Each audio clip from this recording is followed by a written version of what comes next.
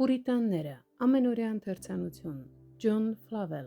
օր մայիսի 5։ Եվ ես վայր ընկա գետինը և մի ձայն լսեցի, որ ասում էր ինձ. «Սավուղ, Սավուղ, ինձ ինչու ես հալածում»։ Գործք 22-րդ գլուխ 7-րդ խոսք։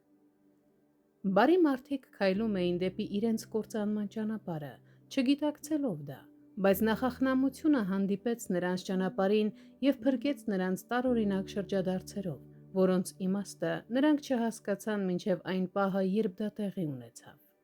Մինչ Պողոսը կապված էր Կեսարիայում, քահանայապետը և հրեաների իշխանները խնդրեցին, որ Փեստոսը նրան կապած բերի Երուսաղեմ, որտեղ նրանք դավադրություն էին կազմակերպել նրան սպանելու համար։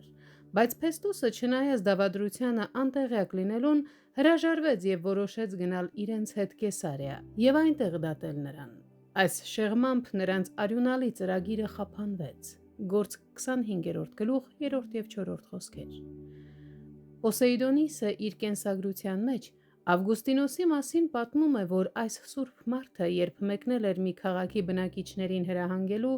իր հետ վերցրել էր մի ուղեցույց, որը ցույց էր տալիս ճանապարհը։ Սակայն ուղեցույցը սխալվել էր և սովորական ճանապարհով գնալու փոխարեն անգիտակցաբար շրջվել էր երկրորդական ճանապարհով, որի շնորհիվ Ավգուստինոսը խուսափել էր արյունարբու դոնատիստների ձեռքի կործանումից, ովքեր գիտեին նրա մտադրությունը և դարանակալել էին նրան ճանապարհին սպանելու համար։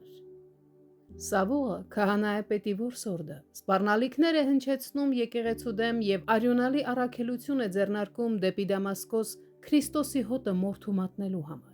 Սակայն երբ նա մոտենում է այդ վայրին, ճանապարհին հանդիպում է անսպասելի խոչընդոտի, որի միջոցով չարը ոչ միայն կանխվում է, այլև ինքն էլ դառնում է Քրիստոսին։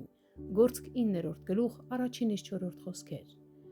Ով կարող է չտեսնել Աստծո ձեռքը այս բաներում։